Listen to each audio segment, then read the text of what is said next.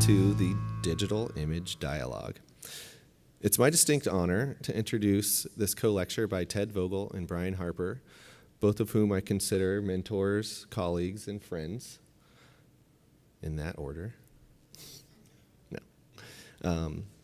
So Ted Vogel, is sitting immediately at my right, is Associate Professor of Art and Program Head in Ceramics at Lewis and Clark College here in Portland, where he has taught since 1994.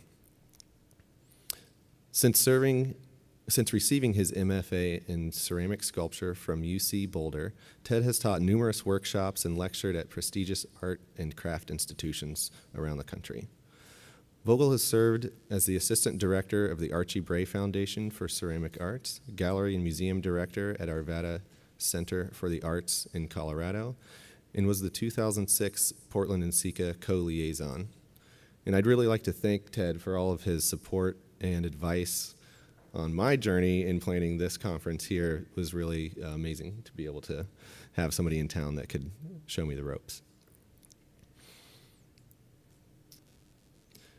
And the reason that we're here today is that Ted co-founded Access Ceramics, which is a contemporary ceramics image database that is an essential teaching and curatorial tool. And we have Brian Harper, and he's currently Associate Professor of Fine Art and Ceramics Area Coordinator at Indiana University Southeast. He holds a BFA from Northern Arizona University, an MA and MFA from the University of Iowa.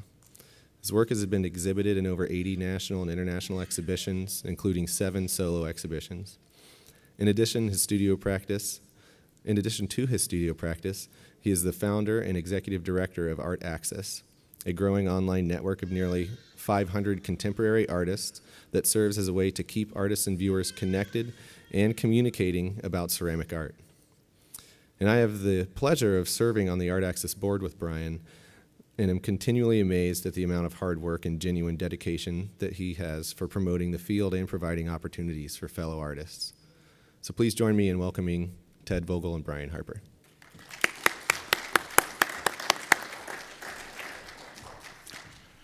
Thanks, Dylan. It's been great to be here at NCECA, and I want to thank Dylan and Brett for all their hard work to make this conference the success that it is. So thanks a lot. Good afternoon, and thank you for coming to our presentation, the Digital Image Dialogue. I would like to thank Brian Harper, the developer of Art Access, for sharing this panel with me. Today, Brian and I will show you our two image resources, Art Access Ceramics and Art Access. Each of our sites share the common thread as an image resource, yet each has a unique focus and unique goals. It is our hope that you will find these resources very useful for your teaching, your research, and in the promotion of your studio art practice. Each of us will give an overview of our websites, and then we'll open up the floor for questions and discussions from the audience. And as Dylan said, my name is Ted Vogel, and I teach at Lewis and Clark College here in Portland. And I am the co-developer of Access Ceramics. So here's the first image here. And what I'm going to cover today is how we began. I'm going to give you an overview a little bit of how the site works. I will talk to you a little bit about the teaching uses that I have explored by using both of the sites, with my students who find it very valuable for their own personal research. I'm going to talk a little bit about our metadata and then some future goals that we are working on. So the site started in 2007, basically from a discussion like you see on this image with Margot Ballantyne, who is our ceramic, who was our visual resources curator, and she asked me, we had the dilemma of moving images from slide to digital imagery, and how are we going to do that successfully as a teaching tool? And as you can see behind us, we have thousands and thousands of slides, but how are we going to be able to, could we integrate them into our teaching, and should we? And we started out by just scanning some of them, but the quality was very inconsistent. So what we decided to do, on Margot's suggestion, was to ask my ceramic friends who had digital images, and give them to us, and we started a very small digital program, and that's how Access Ceramics basically began.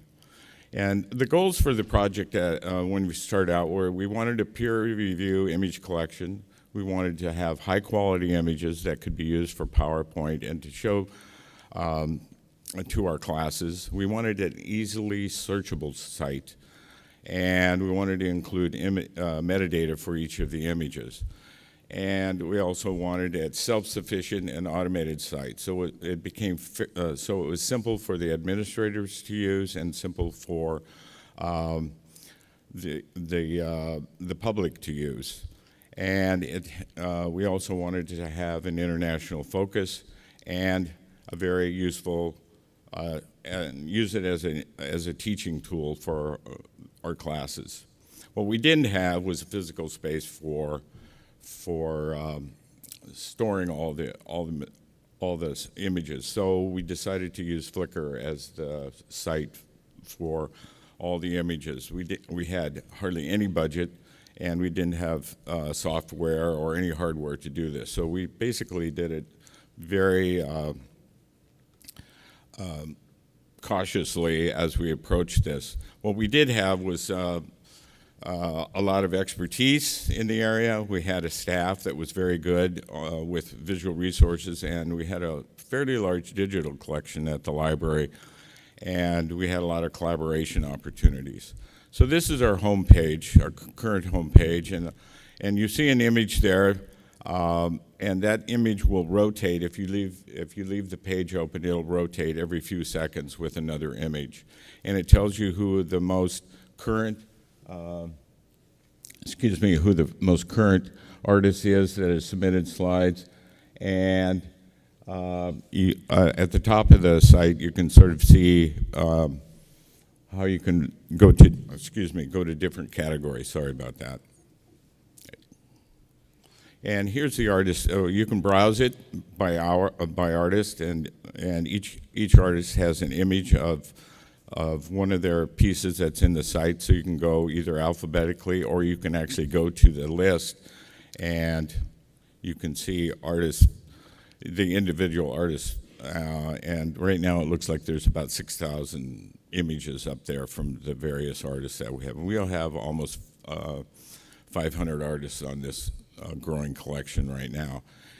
So you can browse it by collection. Here's the artist page, and each of the images, you can click on those images and they will show up in a larger size. You can also download these images onto your website, and then you can use them as a PowerPoint presentation. You can also browse by object, and if you look at the object list here, it's huge. So we're trying to work on the metadata so it's not so, there's one big complaint that we've had about this is what happens is if you go hand-built, here you can also browse by material, and here's our lessons in metadata. People use hand-built spelled differently, and so we're going to migrate this into a much simpler approach.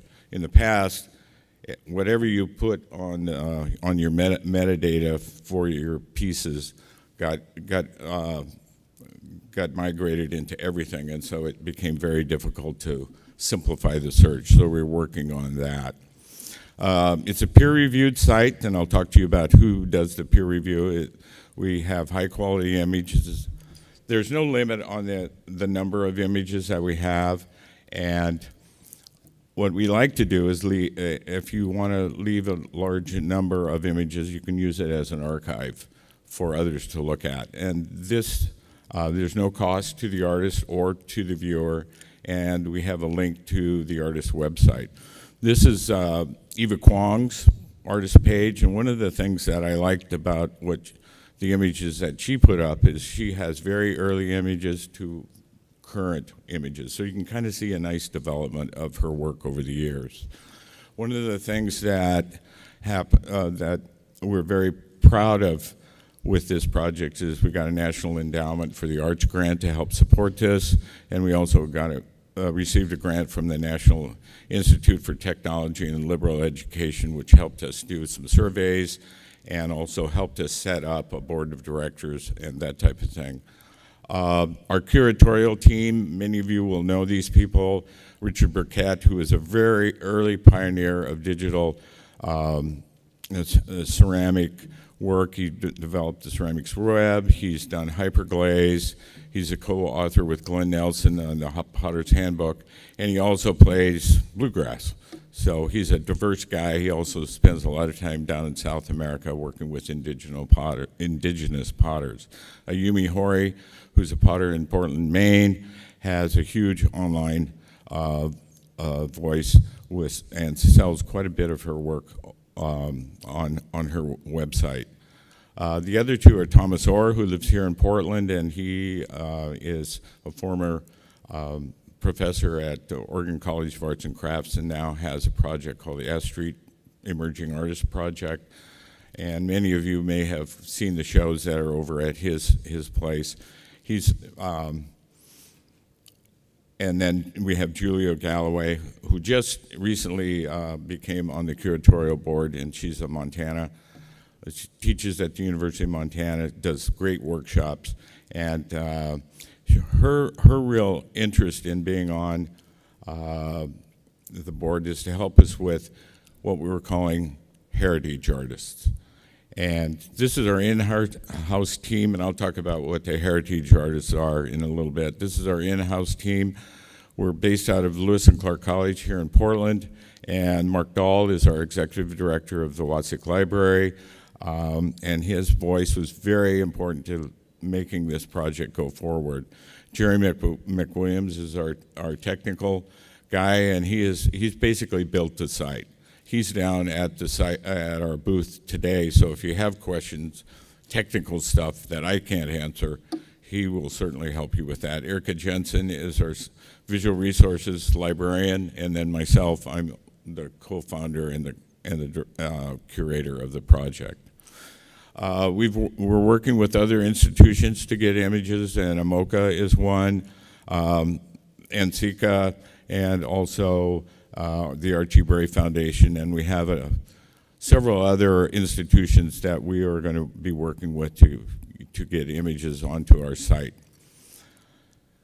So our future directions and some of our goals in the future are to expand our international artist connections. We have quite a few on there, but we'd like to increase that. We want to develop our community building elements, develop a sustainable funding model, which is a difficult thing in this right now.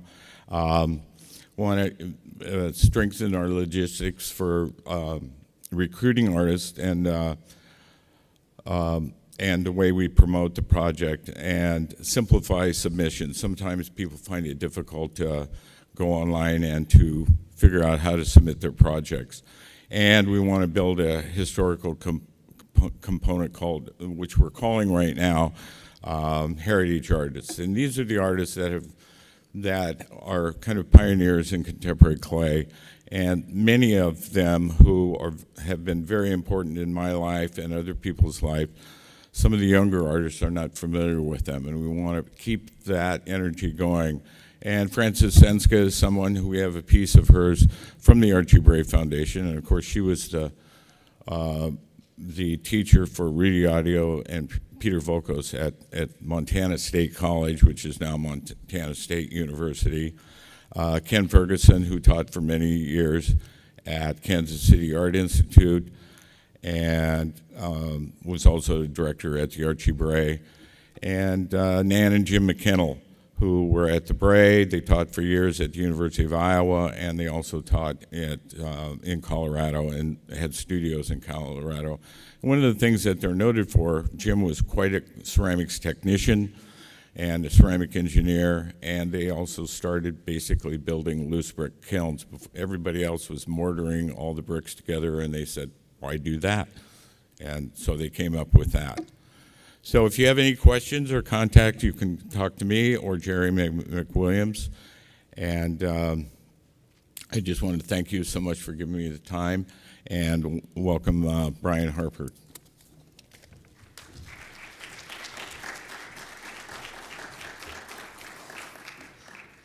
All right. Thank you for being here, everyone. And thank you, Ted, for inviting me to work with you on this project. It's been a real pleasure. And it's really good to see so many familiar faces and some unfamiliar faces, too. On November 12th, 1990, Tim Berners-Lee published the first formal proposal for an information sharing project he was working on at the CERN laboratories in Geneva, Switzerland. This proposal was titled World Wide Web, Proposal for a Hypertext Project, and it would go on to become the World Wide Web as we know it and build the internet. I was a freshman in high school that year, and as with most people, I came to appreciate the internet first as a user of it. It wasn't until years later that I began to realize that this thing that I was using was a collective effort by real people, and I wanted to add something to it. I wanted to build something on this platform, build something that could give back.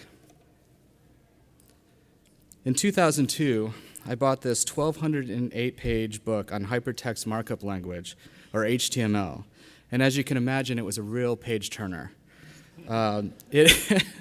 It launched my passion for building on the web, and I started by writing my first website by hand in a text editor called Notepad, which I'm sure some of you guys remember, using only HTML. And that first website that I built using this method was awful. It was just absolutely terrible. But that process and this book kicked off a path that I'm still on 15 years later. At its core, the internet functions on the principle that if we all agree on the protocols, we can share information freely between each other. And I believe in the power of sharing information. When we share information, we make our communities better, we make our field better, we make each other better. And we enable ourselves to take the leap into the unknown and discover something nobody knew before. Isaac Newton said, quote, "If I have seen farther than others, it is by standing on the shoulders of giants," end quote. And I believe in this deeply, that we see far because the people that came before us shared information and built a cultural commons that we all benefit from. ArtAxis is born from these ideas. In 2005, I founded ArtAxis. I bought the domain name artaxis.org and set forth with a simple plan: to share the work of artists in our field. The first version of the ArtAxis website was, like the first version of my own website, terrible. It was really bad. But thankfully, most websites were really bad back then. And thankfully, again, the web is not a static place. Websites need to evolve, and they should evolve. So after many iterations of the ArtAxis website, it has grown into what you see now. With ArtAxis, we are committed to our mission to support the endeavors of artists in our field, having designed each web page to highlight the individual artist. Each member's page contains 10 images of their work, an artist statement, profile photo, and other biographical information.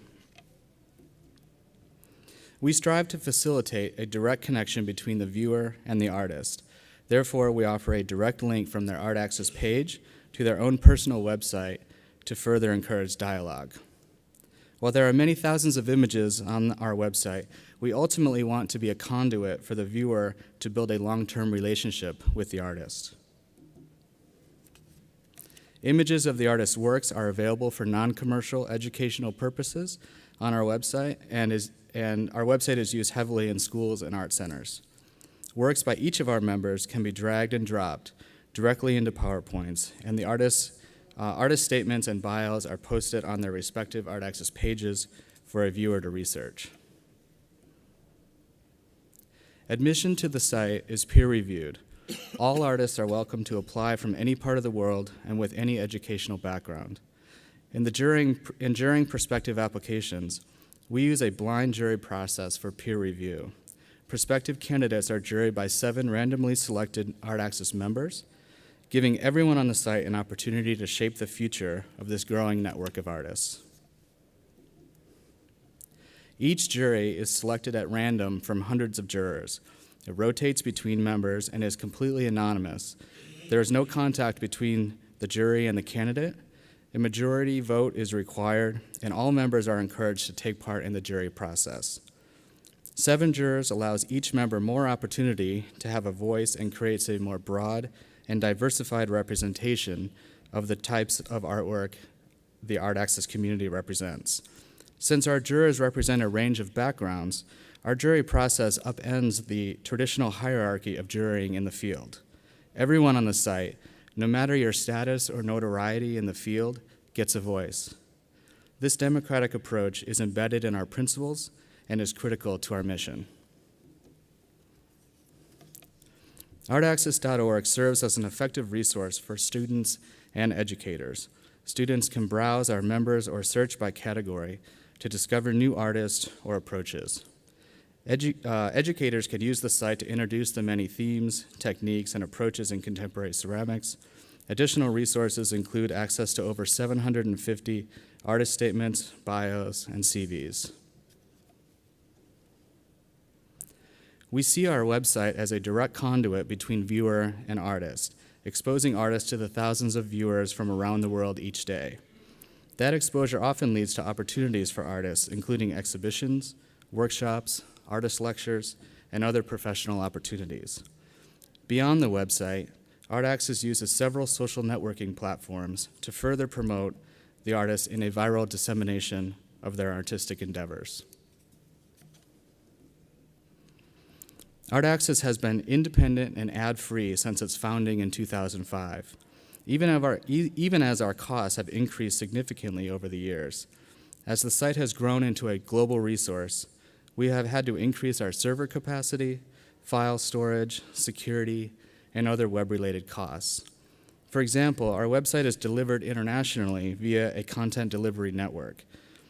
So this means that the tens of thousands of files that make up the Art Access website are mirrored on servers in places like Amsterdam, Hong Kong, Tel Aviv, Singapore, Sydney, Sao Paulo, London, Tokyo, and Paris. This allows for a faster and more efficient viewing experience for international viewers, but it costs money. We strive to cover these costs entirely by donations and application fees because it is important for us to deliver an ad-free, non-commercial experience for the viewer. An additional feature of our website is our news page, where visitors can find job and residency listings, call for entries, and announcements related to upcoming exhibitions, articles, reviews, workshops, and lectures.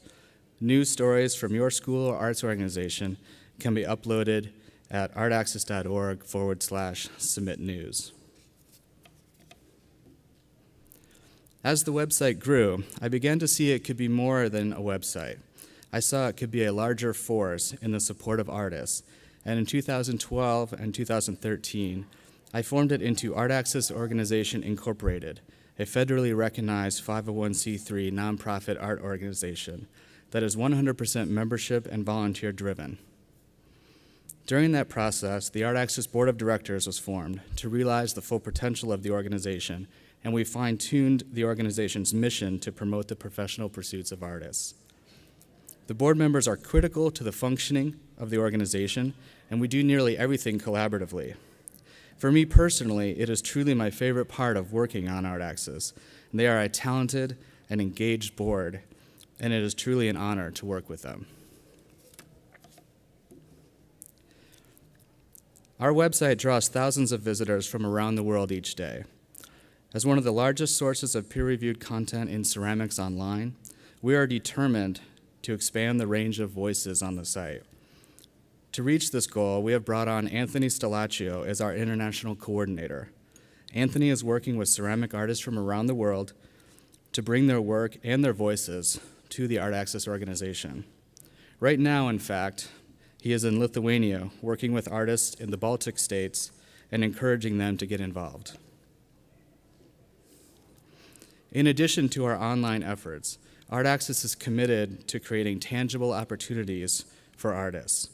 This includes hosting exhibitions, most recently artaccess.org at the Northern Clay Center in Minneapolis, and Sight Unseen, Rigorous Improvisation in Contemporary Ceramic Practices, a concurrent NCECA exhibition in Kansas City in 2016.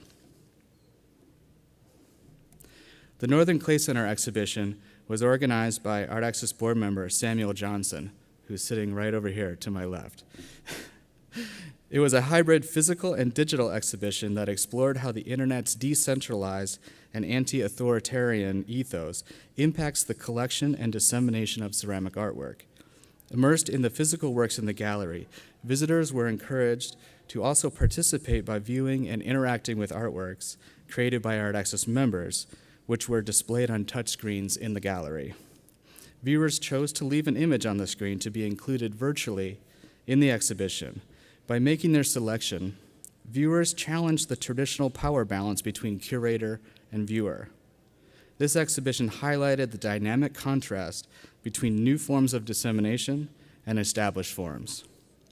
Art Access members whose physical work were included were Brian Benfer, Heather Namath Bren, Chris Campbell, Erica Iman, Roberto Lugo, JJ McCracken, Sidoni Villar, and Christina West.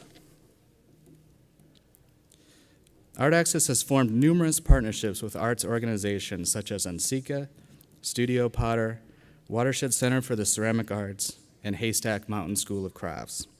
We leverage our partnerships to provide additional opportunities for artists and help enrich the field. One of those partnerships is with National Clay Week. National Clay Week is a celebration to unite those invested in the knowledge, exploration, and experience of clay. In October 2016, Art Access hosted a day of live streaming video conversations in conjunction with National Clay Week. For 12 hours straight, we hosted back-to-back 30-minute conversations on the app Periscope, the video streaming app Periscope. The 30-minute conversations were of Art Access members answering questions that were previously submitted on our website. Over 215,000 viewers tuned in on that day alone to watch and listen to artists talking about their work and their studio practice. This year's National Clay Week will be October 9th through the 13th, and Art Access will be hosting one of the events for it. In 2015, we launched our annual Art Access Fellowship, each year sending an artist in need to a summer residency or workshop with a full scholarship and transportation expenses paid. The Art Access Fellowship is intended to attract outstanding individuals from diverse backgrounds, including racial and ethnic, that are underrepresented in the ceramics field, with a goal to increase the visibility of diverse peoples, cultures, and unique perspectives across the field. Natalia Arbeláez, who is sitting kind of in the back there, you guys should reach out to her. She's an amazing artist. And she is our inaugural Art Access Fellow in 2016. Natalia makes work about her Colombian heritage and the indigenous people of South America. The Art Access Fellowship supported her attending a summer workshop at Watershed Center for the Ceramic Arts in Newcastle, Maine. Natalia fits the mission of the Art Access Fellowship perfectly. A second-generation Colombian immigrant, a mother, and a talented and driven artist.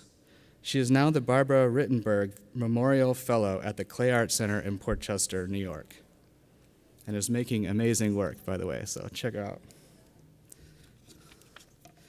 Our 2017 Art Access Fellow is So Yu New, which we just announced last week. So Yu is an emerging artist in Myanmar, as a third-generation Chinese immigrant in Myanmar, and an immigrant in the United States while she was studying ceramics here. She makes work that narrates her experience of alienation as a cultural outsider. With the support of the fellowship, she will be attending a summer workshop at Haystack Mountain School of Crafts in Deer Isle, Maine.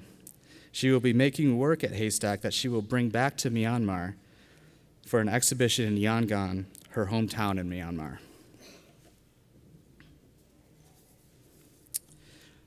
Art Access is a growing independent network of artists. We strive to promote the work of artists in our field and enrich the field as a whole. The site offers artists, instructors, students, gallerists, curators, and the general public access to a peer-reviewed resource of contemporary art. Utilizing digital, collaborative, and community-based methods, Art Access promotes and strives to enrich the field of contemporary ceramics while functioning as a direct, non-commercial conduit between viewer and artist.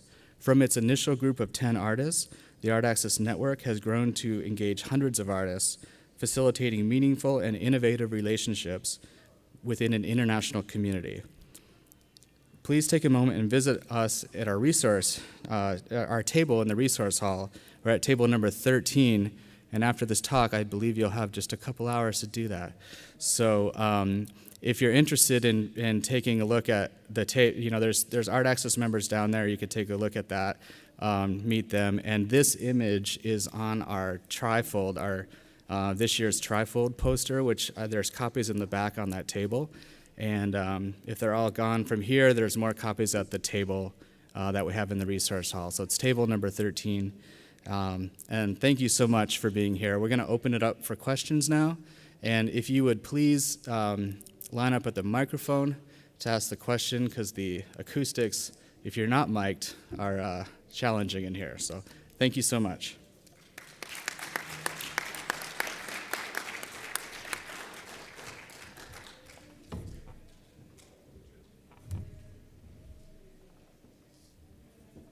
Don't be shy.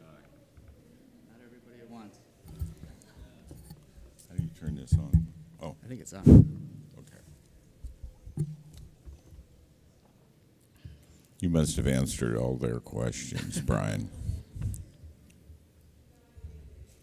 So one thing, if you, we also have a table downstairs, and Jeremy McWilliams, our technical wizard for the project, is at the site. So if you want to go down there, I think 64 is our number. I've lost count, but you could check him out for the next couple of hours. He'll be down there. Yes, you have a question for us? Yes, it's a shame not to ask a question, and I'm sorry I didn't come earlier for your talk.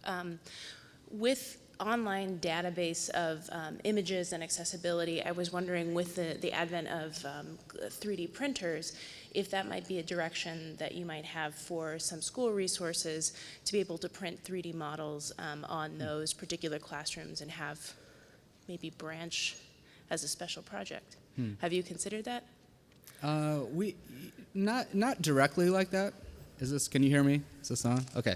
Not directly like that, but that is certainly, anytime that, you're talking about sharing information in our field, it's certainly something that we would consider.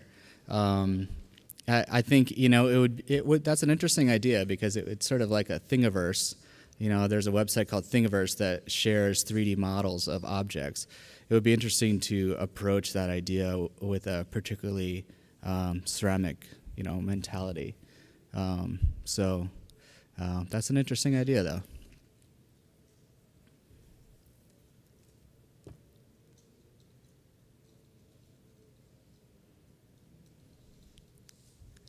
We're off to a good start. Peter, you must have a question.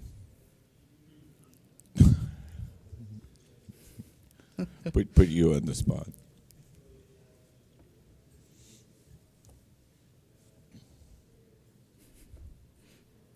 Someone's coming in? Oh, okay. Okay.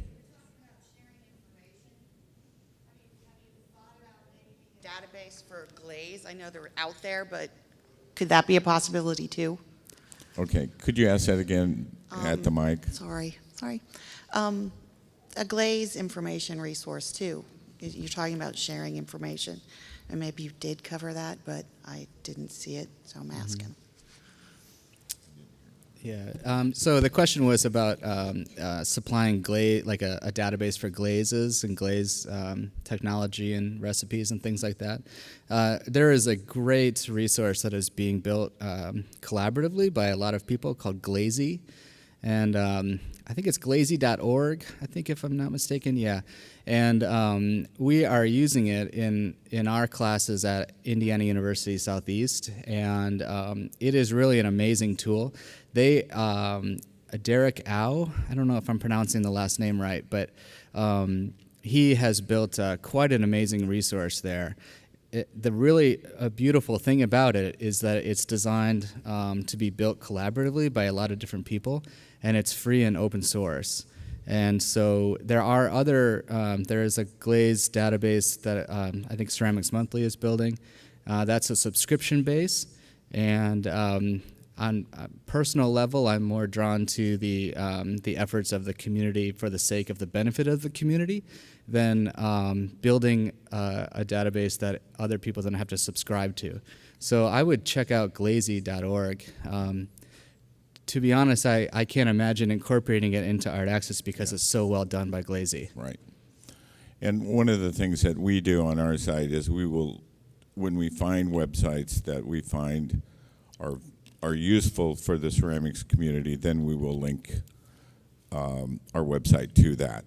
And Mark's project is another project that just started the last couple of years, and that's another one that you should really look at, because they're doing a similar kind of project that Brian and I are doing, but with a totally different sort of approach. And they have a booth downstairs, so I would strongly urge you to go check that out. So there's so anytime we get that information and it looks like a solid resource, then we'll put it on our link, and you can just gravitate towards that.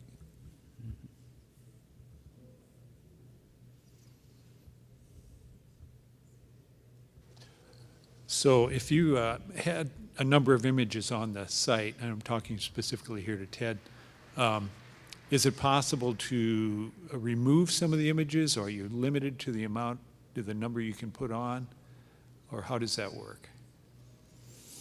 Well, for our site, you can leave them on there. We kind of like you to keep your older images on there and use it kind of as an archive, so you can sort of see the development of your work over time. But you can remove them. It's a little bit more difficult because it is on Flickr. But you can limit yours to 10. We started out with just having 10 images because of the storage limitations that we had. But now we're just leaving it as broad as you want it to be. Mm-hmm. And we also have a link to your website, so you can dig deeper into your own archive of imagery.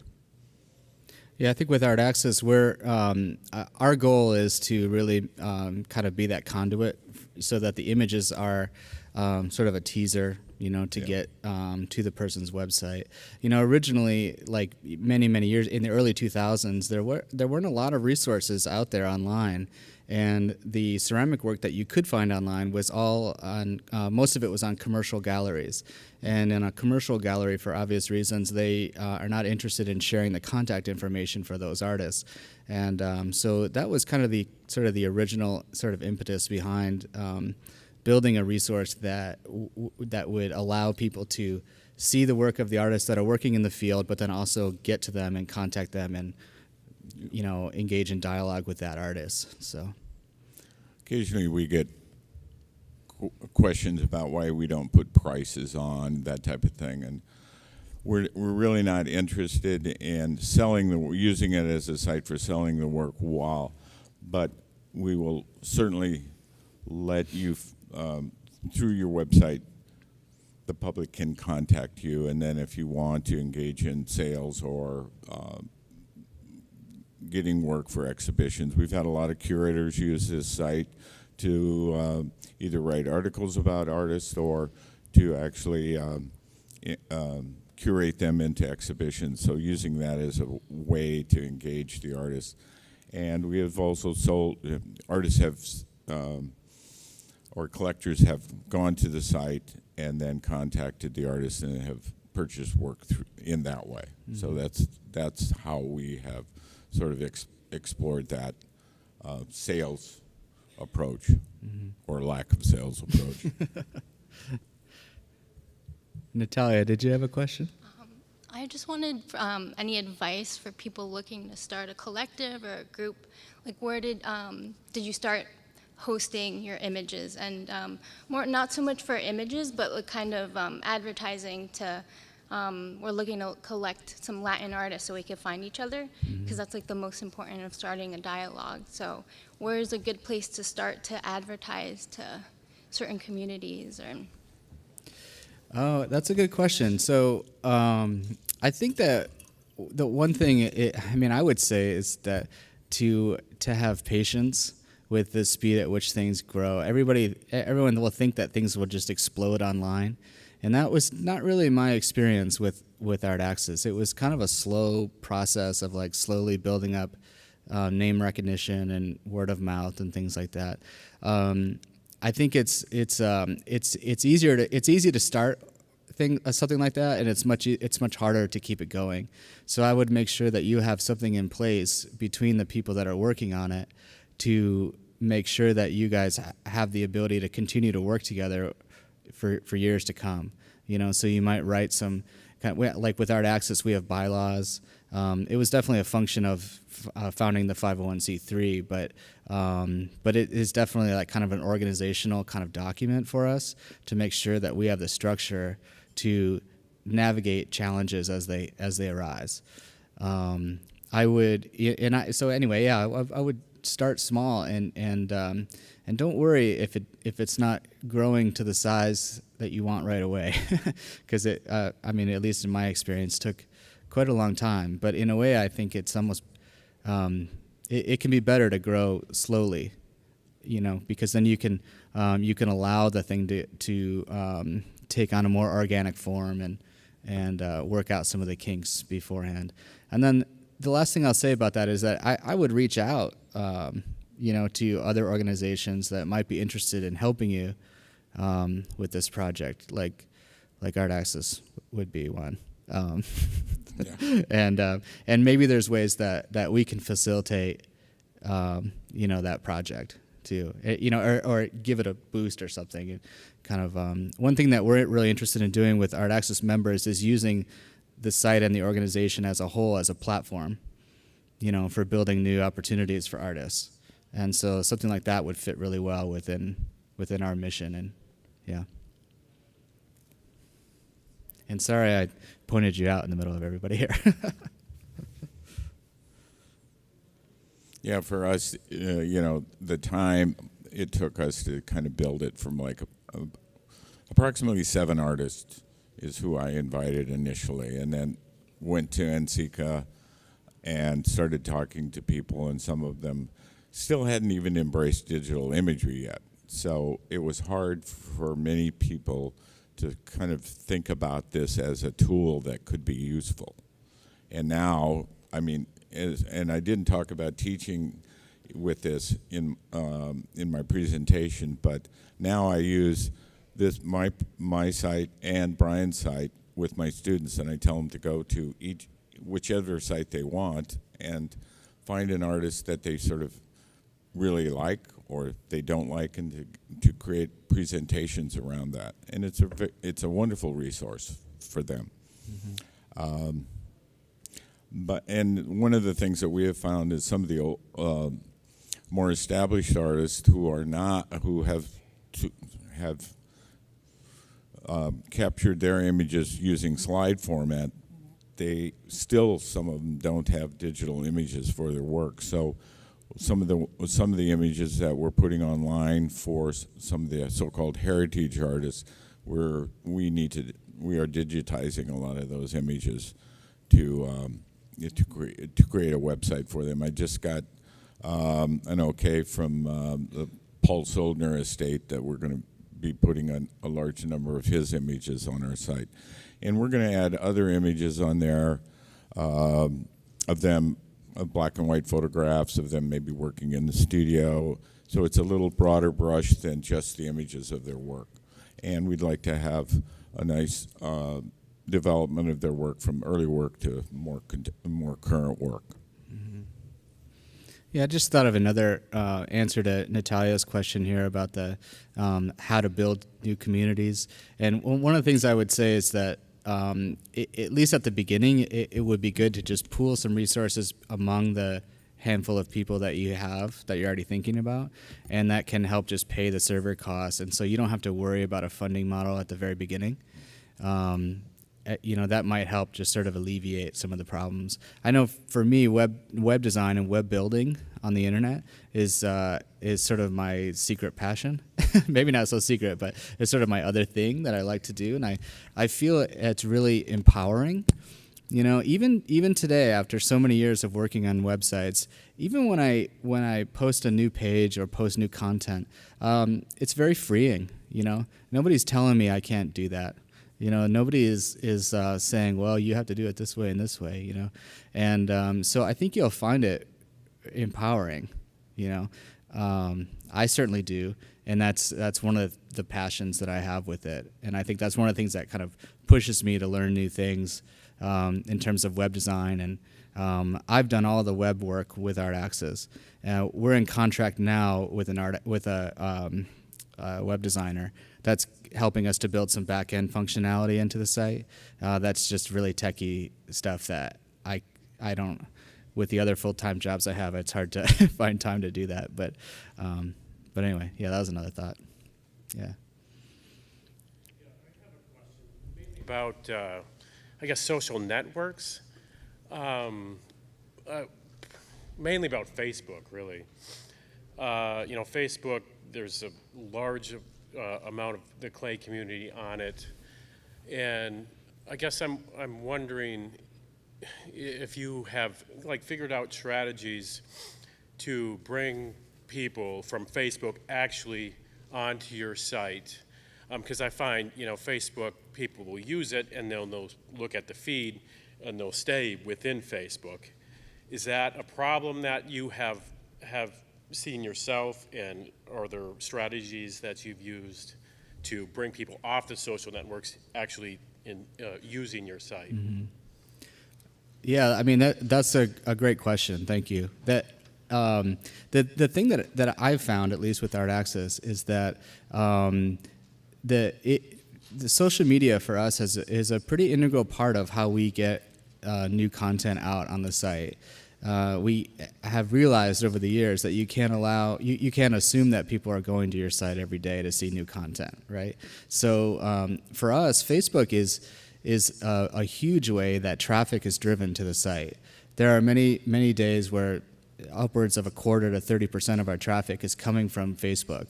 And that is when we post. So every new page, every updated page, every news event that goes up on the site also goes up on our social media. The interesting thing is that I can post exactly the same message, the same photo, the same text to Instagram and Facebook at the same time of day, and Instagram might have 700 likes, but no traffic to the site because it is not built in a way that funnels traffic. Facebook will have 12 likes, but a lot of traffic will come to the site. So it's a different model. I think Instagram is great for showing the image and showing something that is interacted with almost entirely on the app itself, whereas Facebook is a much better way of directing traffic. Twitter is something we've had for a long, long time. We keep it as the sort of trifecta of social media, but to be honest, very, very few people are really using it, at least in the ceramics community. I use it as a news source, for a global news source, but it's not used very heavily in the ceramics world. So again, we can post the same content, and there's very little interaction between most people and the Twitter page. We're finding the same thing about Instagram. We had it on our site for a long time. It's still there, but hardly any traffic. Facebook and Instagram is something that we're kind of going into a little bit, and we're more Luddite, I would say, Luddites than Brian is here. So we're learning from all the social media stuff that, if you're on Facebook, you'll see amazing posts from Brian's site, and it's really it's really, what I love about it is the community connection that you have with that. Thank you. So, Yeah, I think also it's when we have a big announcement, like when we announce like the fellowship recipients, and when we announce like the fellowship call for entries and things like that, we definitely target our social media. It's something that we think a lot about. We make sure that it's going out on certain days. With our international reach, now when we have international people joining from the site, we target those social media advertisements in that country, and trying to broaden the circle. Kind of, here we are at NSECA in the United States, and our circles are relatively small, like kind of contained, like we're all looking inward at each other, and we're really interested in expanding those circles. And one of the things that we're trying to do with some of our social media promotions are to bring that out into other circles. And what's interesting is I can look at the people that are liking those images, and there'll be like one mutual friend or two mutual friends or no mutual friends on Facebook. Whereas the ones in the United States, I look at them and it's like, you have 300 mutual friends. And I'm like, well, this is in the same circle. This is all in the same circle, And so we also do social media on a platform called Ello. And Ello was really popular a couple years ago, or it kind of had this big boom. And it's just more of a kind of a moral thing for me. I like Ello because they're structured as a mutual benefit corporation. So any of the profits that they make, which appear to be no profits right now, but any of the profits they make in the future will be a public benefit. So which will roll into providing a service. It's very different than Facebook and Instagram. Instagram is owned by Facebook, so it's very much a for-profit thing.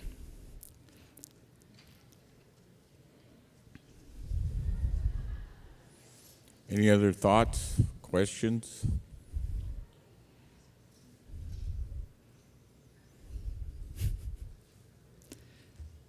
In teaching, they say you're supposed to count to 12. And one of my students is here, and she says, no, please don't count to 12. 12 is a really long time. When you're standing in front of your class and there's just dead silence, 12 seconds is like an eternity. Yeah. Well, actually, we have 8 more minutes, so we could stare at each other for 8 minutes if you'd like. Yeah. Yeah, it's up longer, 12 seconds.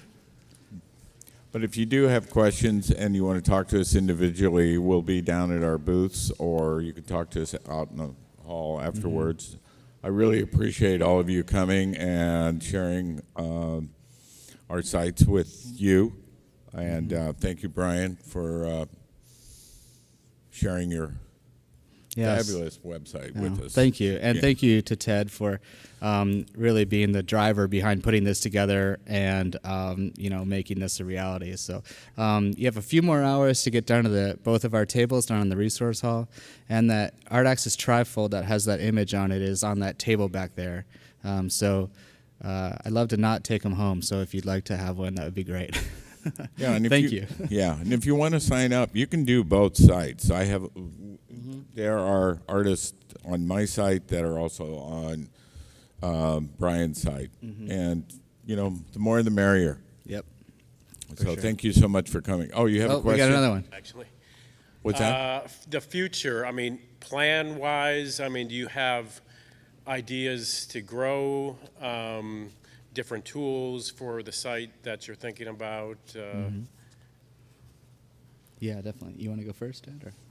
Well, the biggest one that we're working on right now is just to work with other collections that are.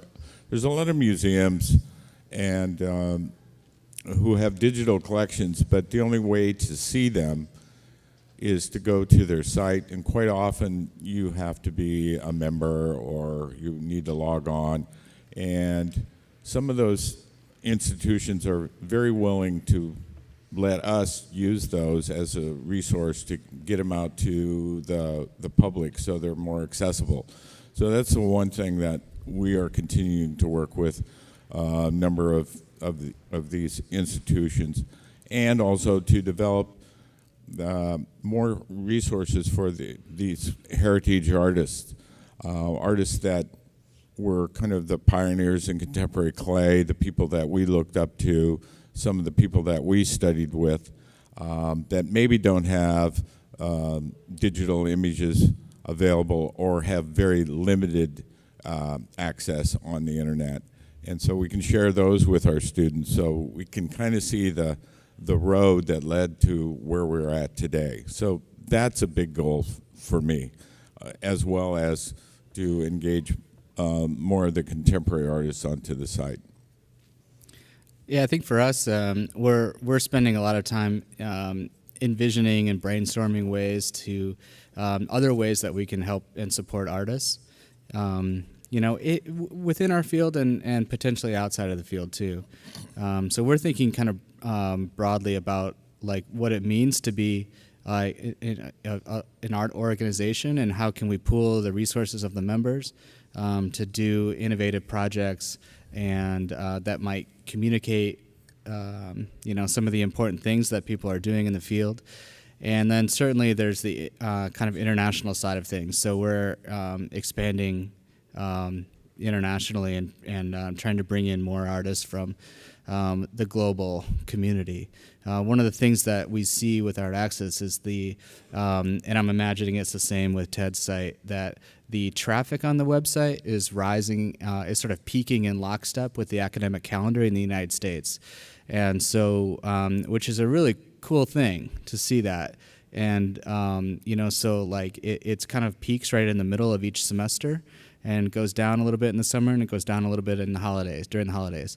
And so what that shows me is that we have an obligation to make sure that people are seeing the breadth of global ceramics. And so it's really, that's where that push comes from. It's very targeted in a responsibility that I feel that we have to make sure that young people looking at contemporary work today are seeing, again, kind of thinking about those circles, are seeing beyond the circles that we would first associate. Like especially in teaching too, like, a lot of times I'm thinking about the circles that I involved in and that I came from, when I show work to my students. And I think the more that we can expand those horizons, the greater benefit to the whole community. I just think it'll have just a really huge benefit, and it'll take time. But we posted an artist from South Africa 2 weeks ago, I think, and in my beginning ceramics class last week, somebody did a presentation on him, not knowing that he was part of this international reach. And so now there's a small group of people in New Albany, Indiana, that are familiar with Ian Garrett's work in South Africa. And I think that those types of little things can have huge ramifications as things progress. Somebody gets involved or starts working in that style or starts investigating other artists in the same type of style or from the same region. And so that's one of our big focuses right now. And yeah. So thank you for the question. Thanks so much. Okay. Thanks All for right. coming. I appreciate it. Thank you, everyone.